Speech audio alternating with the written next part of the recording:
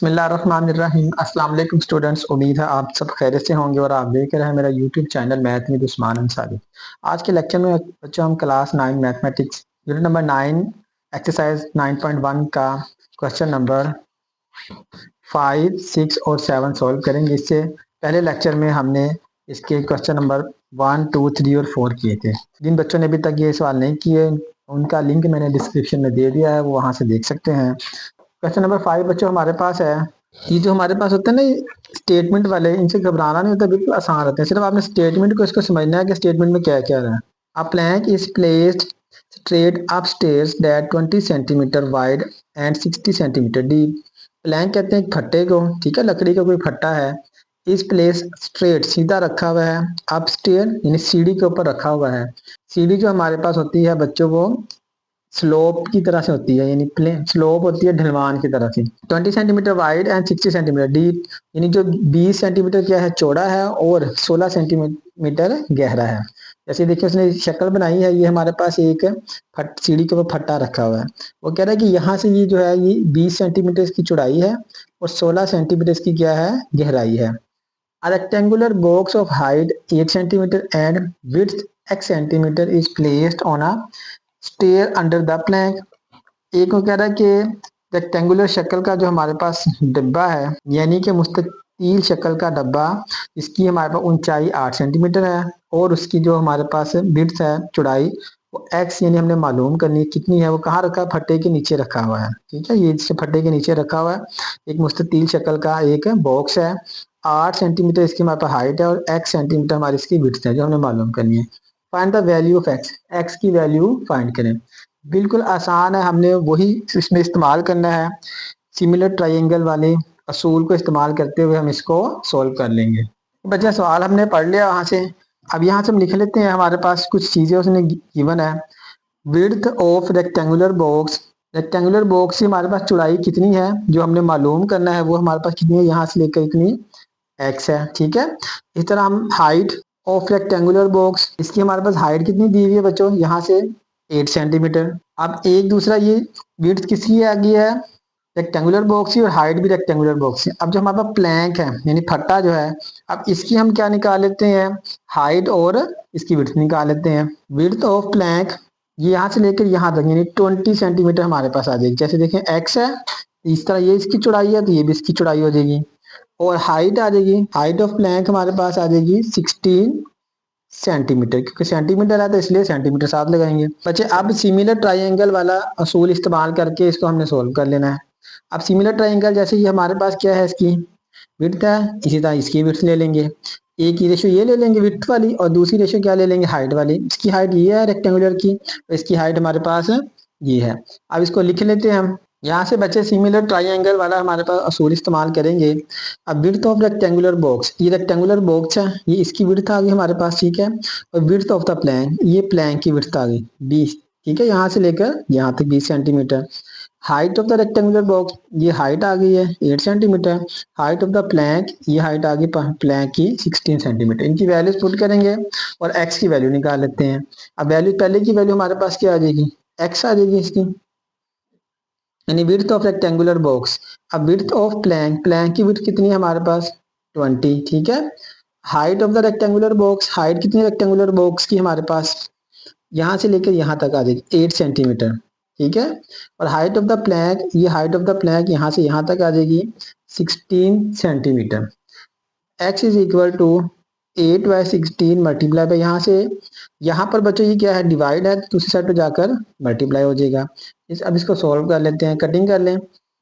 4 1 the 4, 4 2 the 8 और यहाँ से आ जाएगा 4 4 द 16, 4 1 द 4, 4 5 द 20, 5 को 2 से मल्टीप्लाई कर लेंगे तो हमारे पास क्या आ जाएगा बच्चों 10, और साथ क्या आ जाएगा सेंटीमीटर। ये हमारे पास आ जाएगी x की वैल्यू आ गई है 10 सेंटीमीटर, ठीक है। बिस्मिल्लाहिर्रहमानिर्रहीम। क्वेश्चन नंबर 6 हमारे पास है बच्चों, ये भी उसी तरह से बिल्कुल करना है हमने। A man who is 1.8 metre tall, यानी एक आदमी है जो 1.8 मीटर लंबा है। Cast a shadow of a 0.76 metre in length, लंबाई की तरफ उसका जो साया बन रहा है वो कितना है 0.76 metre. If at the same time, अगर उसी वक्त में a telephone pole casts are 3 metre shadow. अगर एक टेलीफोन के खंबे का जो साया वो कितना 3 मीटर तक बनता है। Find the height of the pole, तो हमने पोल की हाइट मालूम करनी है। अब यहाँ हल्की सी फिगर बना लेते हैं ताकि आपको समझ आ जाए। जैसे हमारे पास देखिए ये एक आदमी खड़ा है, ठीक है। इसकी लंबाई कितनी है 1.8 मीटर। और इसका साया कितना बन रहा है हमारे पास, ये साया बन रहा है, ठीक है। ये इतना एक ट्राइंगल की शक्ल बन जाएगी। इसका साया ये बन रहा है, तो साया कितना है 0.76 मीटर, ठीक है। ये हमारे पास मैन था। अब इसी तरह हम क्या बनाते हैं, एक पोल, टेलीफोन का पोल उसी वक्त बना लेते हैं। एक टेलीफोन का पोल आ गया हमारे पास बच्चों, ठीक है। अब इसका साया हमने क्या कर, इसका साया कितना बन रहा है 3 मीटर, 3 मीटर का साया बन रहा है। हमने ये बताना है कि इसकी लंबाई कितनी है। अगर इसको ऐसे करें तो ये भी हमारे पास एक ट्राइंगल ही बन गई है। यहाँ पर हम क्या करेंगे, सिमिलर ट्राइंगल वाला असूल अप्लाई करेंगे। बिल्कुल आसान है ये भी। अब यहाँ से देखें, डायरेक्ट भी कर लें आप, बिल्कुल कोई मसला नहीं है, या इसको थोड़ा सा लिख लें। अब यहाँ से हमारे पास क्या है, height of the man, height of आदमी का, ठीक है। और यहाँ से आ जाएगा height of all, height of all बच्चों। और इसी तरह से हम क्या करेंगे, शेडो साया, शेडो ऑफ मैन आदमी का साया, और शेडो ऑफ किसका हमारे पास पोल का, ठीक है बच्चों। ये ट्राइंगल है ना, तो सिमिलर ट्राइंगल वाला असूल अप्लाई किया, यानी क्रॉसपोंडिंग साइड, इसके क्रॉसपोंडिंग साइड ये वाली साइड है और इसके क्रॉसपोंडिंग साइड ये साइड है। तो हमने वो असूल अप्लाई किया और ये फार्मूला बना लिया। अब हाइट ऑफ द मैन, आदमी की जो हाइट कितनी है 1.8 मीटर आ गई। हाइट ऑफ द पोल, इसको हम एच का नाम दे देते हैं, ये हमने फाइंड करनी है, तो यहाँ पर एच आ जाएगा, ठीक है। शेडो ऑफ द मैन, यानी आदमी का कितना साया बन रहा था ये वाला 0.76, और शेडो ऑफ द पोल, पोल का शेडो ये है हमारे पास 3। यहाँ से हमने एच की वैल्यू फाइंड कर लेनी है, क्रॉस मल्टीप्लाई कर दें। या बच्चे आप इसको लिखिए ऊपर ले, ये भी कर सकते हैं, पोल पोल को ऊपर लिखने, मैन को नीचे लिखने, फिर भी कोई इशू नहीं है। इस तरह से लिखने जैसे मर्जी लिखने, कोई इशू नहीं। क्रॉस मल्टीप्लाई करें तो हमारे पास ये आ जाएगा एच मल्टीप्लाई बाय 0.76 और 3 मल्टीप्लाई बाय 1.8। मैंने एच वाले को इस साइड पर लिख लिया खुद से। एच बराबर है 3 मल्टीप्लाई बाय 1.8 डिवाइडेड बाय 0.76। यहाँ से पॉइंट्स खत्म कर दें या कैलकुलेटर से डायरेक्ट मल्टीप्लाई कर दें। कैलकुलेटर से डायरेक्ट मल्टीप्लाई करेंगे तो उस तरह से भी आ जाएगा, पॉइंट खत्म करके भी आप कर सकते हैं, जैसे आपको आसान लगे। अब यहाँ से देखें 3 को मल्टीप्लाई कर दें 1.8, 1.8 मल्टीप्लाई बाय 3 हमारे पास बच्चे आएगा 5.4 डिवाइडेड बाय 0.76। अब इसको डिवाइड करना है हमने 0.76 से डिवाइड कर दें। यहाँ से बच्चे आ जाएगा हमारा 7.105, ठीक है। 5 2 भी आ जाए, आगे आ जाएगा, और ये किस में आ जाएगा हमारे पास मीटर के अंदर आ गया। अब इसको राउंड ऑफ कर दें, h बराबर है 7.105 है। राउंड ऑफ का असूल आपको पता है, अगर 5 या 5 से बड़ा हो तो उससे पीछे वाले नंबर में एक जमा कर देते हैं। अब ये 5 है, 5 से पीछे 0 0 में एक जमा करेंगे तो क्या आ जाएगा 11 1 आ जाएगा। तो ये हमारे पास मीटर हाइट, 7.11 मीटर की पोल की हमारे हाइट मालूम हो गई है, ठीक है बच्चों। बिस्मिल्लाहिर्रहमानिर्रहीम। क्वेश्चन नंबर 7 बच्चे हमारे पास है, find the values of x y and z in the figure. ये जो हमें फिगर दी हुई है इसके अंदर से एक्स वाई और जेड की वैल्यूज निकालनी है। अब आपने ये बात याद रखनी, जहां पर ये बॉक्स बना हो उसका मतलब है ये हमारे पास 90 का एंगल है, और इसके सामने वाला हमारे पास क्या है हाइपोटेनस यानी वतर है। यहाँ पे ये 90 है, इसके सामने वाला हमारे पास हाइपोटेनस यानी वतर है, यानी हमारे पास राइट एंगल ट्राइंगल यहाँ पर गिवन है। अब हमने क्या करना है, इस पे पाइथागोरस थ्योरम अप्लाई करना है और इनकी वैल्यूज निकालनी है। इसमें जो हमारे पास सिमिलर ट्राइंगल वाला असूल बच्चों वो इधर काम नहीं करेगा। अगर उस तरह से करेंगे तो हमारा जो आंसर है ना वो बुक के पीछे वाला आंसर नहीं आएगा।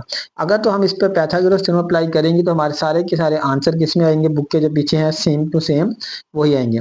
अब इसको हम अपने तौर पर नाम दे लेते हैं ए बी सी और ये एक डी, ठीक है। ये डी इसलिए नाम दिए ताकि आसानी हो। अब हम सबसे पहले क्या करेंगे, ये वाली ट्राइंगल लेंगे, ठीक है। यहाँ से y की वैल्यू आ जाएगी। सबसे पहले इन ट्राइंगल कौन सी ली बच्चों हमने, इन ट्राइंगल, ये ट्राइंगल की क्या है नोटेशन है इसको कहने, या इसको ट्राइंगल का साइन है। ट्राइंगल कौन सी ए बी डी, ठीक है, ए बी और D. By Pythagoras theorem apply करेंगे। पाइथागोरस क्या, हाइपोटेनस का square, base square, perpendicular square, ठीक है, यानी परपेंडिकुलर का स्क्वायर।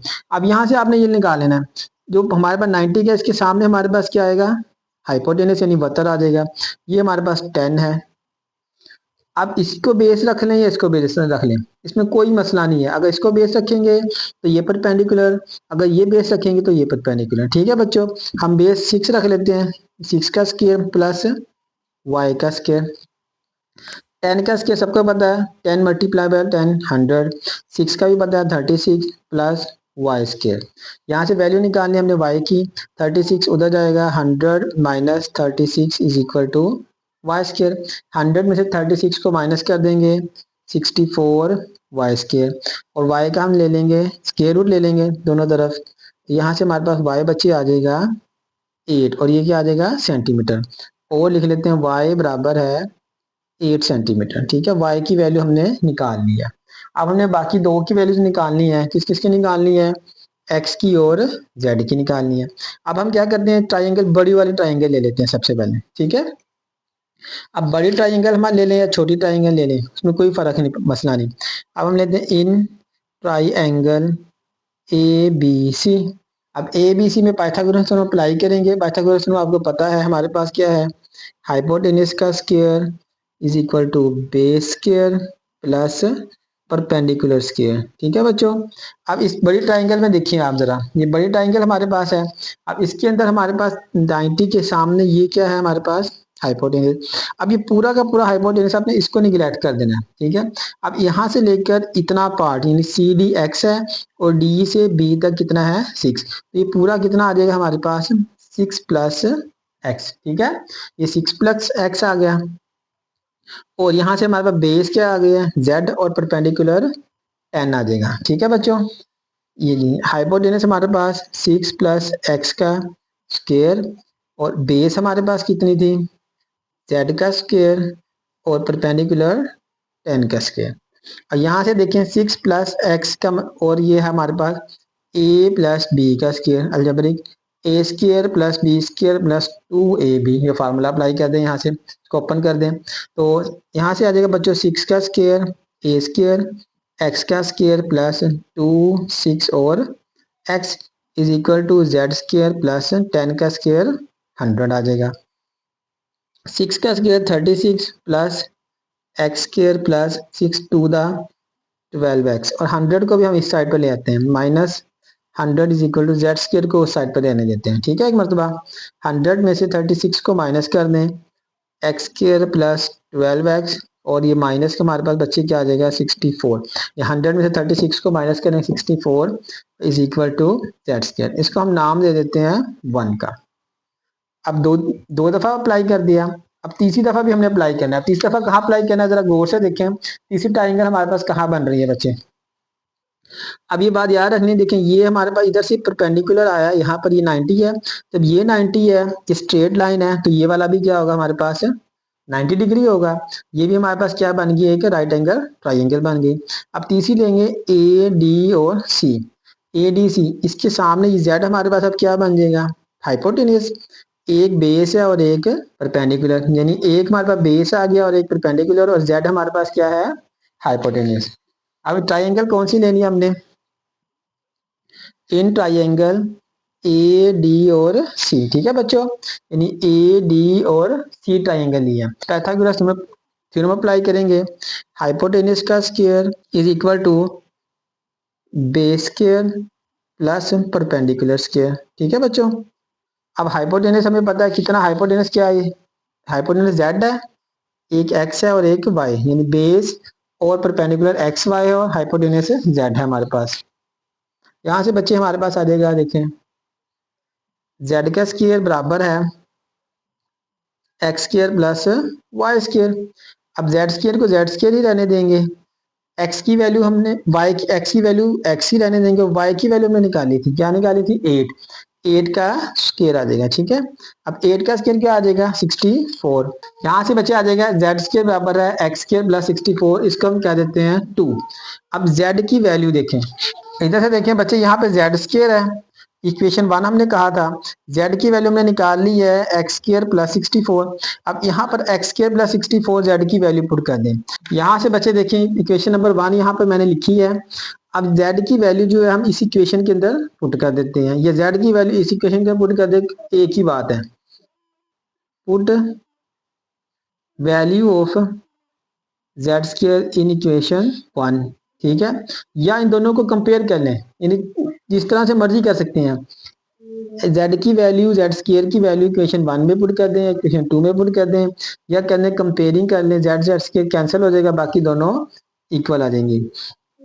ये x square plus 12x minus 64, Z square की वैल्यू इक्वेशन 1 में पुट की है, तो आ जाएगा एक्स स्क्र प्लस 64, ठीक है बेटे। अब इन दोनों को उठाकर लेफ्ट साइड पे ले आए, x square plus 12x minus 64 minus x square minus 64 is equal to 0। जब साइड चेंज होगी बेटे, साइन चेंज हो जाएगा, ये प्लस और ये माइनस कैंसिल हो जाएंगे।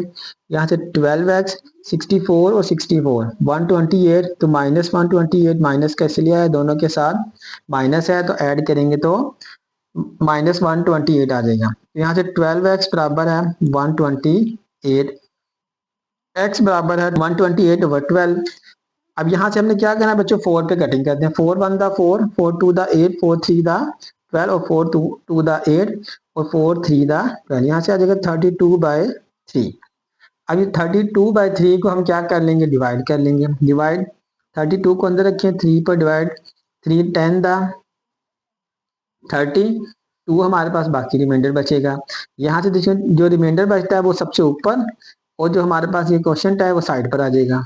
इसको लिखने का तरीका x बराबर है, ऊपर वाला हमारे पास ये होल नंबर बन जाएगा, नीचे वाला ऊपर 2 और ये साइड पे 3, साथ क्या है सेंटीमीटर, तो ये सारा सेंटीमीटर लिख देंगे। x की वैल्यू आ गई है।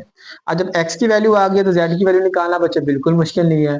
हम क्या करेंगे, इक्वेशन नंबर 2 के अंदर एक्स स्क्वायर की वैल्यू पुट कर देंगे, x की वैल्यू पुट करेंगे तो हमारे पास z की वैल्यू आ जाएगी। Put value of x in equation 2 के अंदर पुट कर दें बच्चे, जेड स्क्वायर बराबर x square plus 64, Z square बराबर है एक्स स्क्वायर प्लस 64।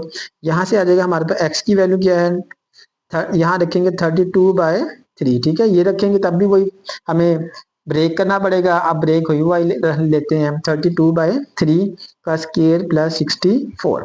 अब 32 का स्क्वायर बच्चे निकाल लें, 32 का स्क्वायर हमारे पास 32 का स्क्वायर हमारे पास आएगा 10 24, 3 का स्क्वायर 9 प्लस 64। अब यहाँ से हम एलसीएम ले लेते हैं, 9 हमारा एलसीएम आ जाएगा, 9 1 दा 9, तो ये 10 24 ही आ जाएगा। यहाँ पे 1 है तो 9 से मल्टीप्लाई कर दें बच्चे, यहाँ से आ जाएगा 64 मल्टीप्लाई बाय 9 576। इन दोनों को ऐड करेंगे तो हमारे प्लस 10 24 1600 ओवर 9, ये किसकी वैल्यू आई है हमारे पास, जेड स्क्वायर की वैल्यू आ गई है। हमने किसकी निकालनी है, जेड की निकालनी है। तो क्या करेंगे बच्चों, जेड स्क्वायर है तो स्क्वायर रूट ले लेंगे दोनों तरफ, जेड की स्क्वायर का स्क्वायर रूट 1600 ओवर 9 का स्क्वायर रूट 1600, इसका स्क्वायर रूट लेंगे, स्क्वायर रूट 1600 हम बेटे आ जाएगा हमारे पास 40, 9 का आपको पता है 3 आ जाएगा। 40 को डिवाइड कर दें 3 के ऊपर, 40 को अंदर रखें, 3 पर डिवाइड 3 1 दा 3, 1 बचेगा 0 और 3 3 दा 9, ठीक है। यहाँ से क्या बचेगा हमारा 1। अब इसको लिखने का तरीका आपको पता है, कैसे लिखते हैं, नीचे वाला ऊपर, ऊपर वाला साइड पे, यानी ऊपर वाला साइड पे 13 आ जाएगा, होल नंबर बन जाएगा। जो रिमाइंडर है ये सबसे ऊपर 1/3 और इस साथ सेंटीमीटर। ये बच्चों हमारा इसका आंसर आ गया है। और यहाँ पर आज का लेक्चर बच्चों हमारा खत्म हुआ। अगर वीडियो आपको अच्छी लगी हो तो इसको लाइक करें, अपने दोस्तों के साथ शेयर करें, और जो लोग चैनल पर नए हैं और अभी तक चैनल को सब्सक्राइब नहीं किया वो जल्दी से चैनल को सब्सक्राइब कर लें और बेल आइकन पर क्लिक कर लें, ताकि हर नई आने वाली वीडियो का नोटिफिकेशन आपको मिल जाए। नेक्स्ट लेक्चर में बच्चों इंशाल्लाह हम 9.2 करेंगे। तब तक के लिए अल्लाह हाफिज़।